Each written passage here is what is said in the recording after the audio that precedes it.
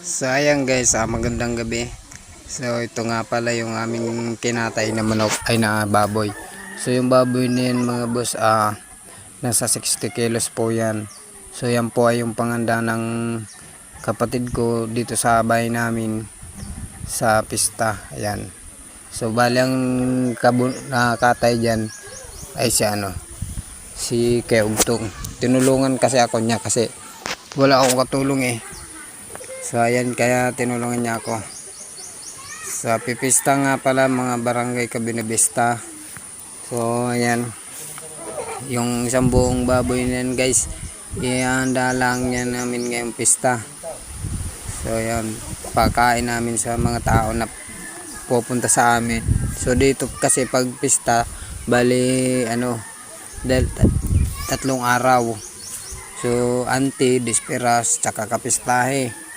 So pero kinakata yung baboy dito, disperas na ng anti ng disperas nga pala ng umaga. So para disperas ng umaga, tanghali, hapon. So may may luto na at may papakain na sa mga tao na dadating. So okay, ayan. So matagal naming yan sinilinisan. So sinabon pa nga namin yan mga boss eh, kasi kailangan sabunin para malinis, maputi. Okay, so ayan, natagal-tagalan nga kami dyan sa paglilinis. So ayan nga mga boss, pagkatapos namin sinabon, so ayan, bibakin na namin yan dyan. Ayan, siyempre kukunin muna namin yung dugo, kasi yung dugo mga boss, yan niluluto yan ng disperas ng gabi, kasi yung dinuguan tapos yung paksiw, yan yung pinapakain ng mga tao dito sa Bicol sa mga bisita. Yan yung pinapakain sa mga bisita pag pag disperas na ng gabi. Ang kinakain kasi ng mga bisita dito mga boss ay dinuguan tapos yung paksiw. Yun lang yung kinakain dito. So may tradition dito kasing sinusunod so pag disperas disperas ng gabi, kinakain dito dinuguan tapos saka paksiw. So kaya yung dugo iniipon yan, kasi ginagawa namin dyan,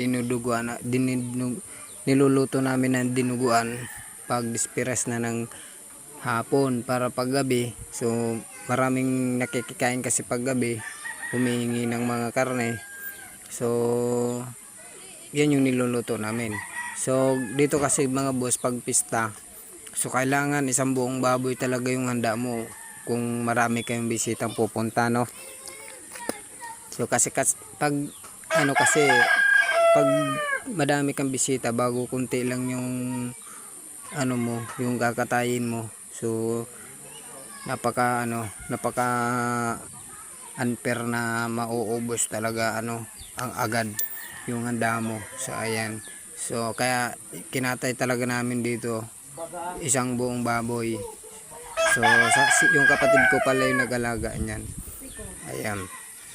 So ang naman kasi dito, pag disperas na ng umaga, ang kinakain naman mga boss, yung mga yung mga laga-laga lang na baboy, yung lutong laga lang, tapos paggabi dinuguan tsaka paksiw. Tapos pagkapistahin naman mga boss ng umaga, ang kinakain dito, kung hindi suman na may tinapay, karne naman, paksiw, kaya mga kaldereta, fritada. So kanya iba-iba naman dito.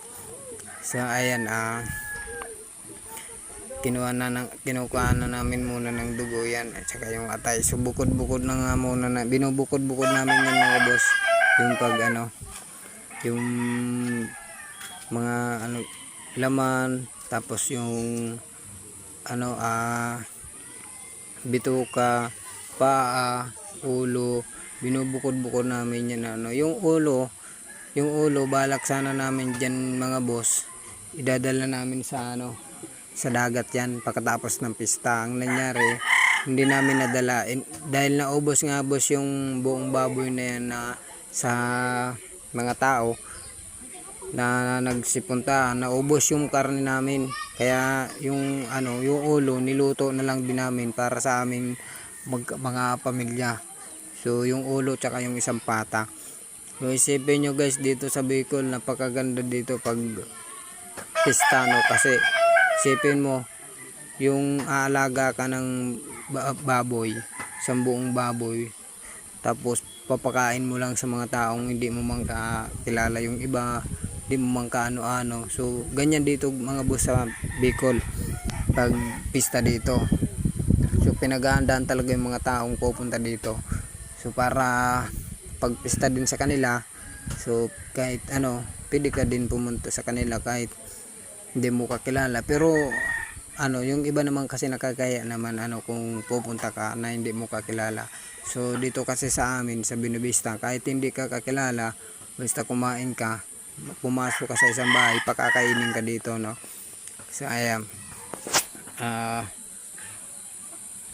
Tapos dito kagandahan dito mga boss, pag halimbawa ikaw pumunta ka sa amin, dito sa amin sa Bicol, pumunta ka sa bahay namin, so papakainin ka. Pagkatapos mo kumain, so hihingi ka pa ng lutong karne para para may maiuwi ka sa pamilya mo. So bibigyan ka din dito mga boss. Ganito dito sa amin, kumain ka na, may balot ka pa na luto para maiuwi mo sa Bicol. Kaya kami mga taga Bicol nagluluto talaga kami mga boss ng ganito karaming baboy sa isang bahay, isang baboy. So para yung mga nagkain na humingi, mabibigyan din namin ng mga luto pa. So ibig sabihin ko mga boss, halimbawa ikaw hindi kita kakilala, kumain ka sa bahay namin, tapos pagkakain mo nagsabi ka pa na hingi ka pa ng babalot ka pa ng ulam na baboy para may maiuwi ka sa pamilya mo, so bibigyan ka namin. Ganyan dito mga boss pag pista. So ayan, hati na nga pala namin yan mga boss sa 4, tapos tatanggalin na namin yung mga yung mga pata. So ayan, dami pa nga dugo na nasayang dyan mga boss, kasi sobrang dami naman kasi ng dugo na nakuha namin. Ayan, hatiin na muna pala yan dyan. Tapos yan nga, nahirapan kami dyan kasi yung aking kasama na si Kuya Ugtong kumatay, so medyo parang hindi pa sasanay sa pagkakatay pero mabilis namin yung kinatay kasi sinimulan namin yan mga boss siguro alauna ng gabi, tapos natapos namin yan mag-alas 3 pa lang. So napakadali namin kinatayan dahil nga so hindi nga na ako dyan nakapagsayawan mga boss dahil dahil nga dyan sa kakatayin namin baboy. So sayang lang yung aking tinikit. Ayan. Okay, so napakaganda ng pagkatay namin dyan mga boss kasi napakalinis. Tsaka isa pa napakaganda talaga ng baboy dyan. So hindi nakakaanong tingnan. Ayan. So medyo matagal-tagal nga pala. So yan nga pala mga boss, sa mga nanonood ng video ko, maraming salamat nga pala kasi lagi kayong naandyan. Sana huwag kayong magsawang manood sa video ko. Tsaka sana sa mga bagong nakakapanood ng video ko, so pakipollow na lang po ng Facebook ko. Tsaka pasubscribe na nga po pala ng Boss Francis TV sa YouTube. So meron tayo din sa TikTok mga boss ng ng channel na Boss Francis TV. Yun din po ang pangalan ko sa YouTube, so pakibisita na lang po So maraming salamat po at sa inyong walang sawang panunod sa video ko, kahit na po napakasimple lang po, nandyan lang po kayo. Okay, so maraming salamat. So ito na guys, tapos na yung katay ng baboy, diba? So bali ito yung panghahanda lang namin ngayong pista.